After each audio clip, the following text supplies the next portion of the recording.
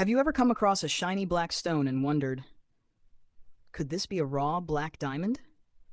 In this video, I'll show you 5 simple ways to test raw black diamond at home. No fancy lab equipment needed.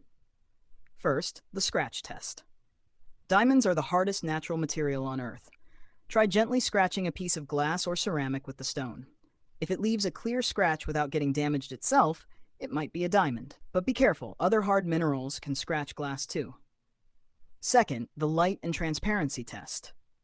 Place the stone on a piece of paper with text, or hold it up to a bright light. Can you see through it? Raw black diamonds are usually opaque, meaning you shouldn't be able to see light or words clearly through them. Third, the weight and density test. Hold the stone and compare it to another stone of similar size. A black diamond will feel heavier because of its high density. You can also drop it into a cup of water.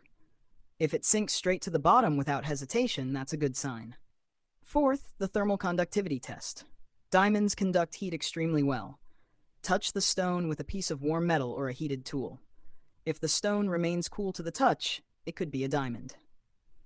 Fifth, the magnification test. Take a close look using a magnifying glass or a jeweler's loupe. Real diamonds often have natural flaws, like tiny inclusions, grain lines, or uneven surfaces. If it looks too smooth or perfect, it might be synthetic or just a piece of glass. These tests can give you strong clues, but they're not 100% proof. If you're serious about your stone, take it to a certified gemologist for a professional evaluation. Think you found a real black diamond? Let us know in the comments. And don't forget to like and subscribe for more gemstone guides and tips.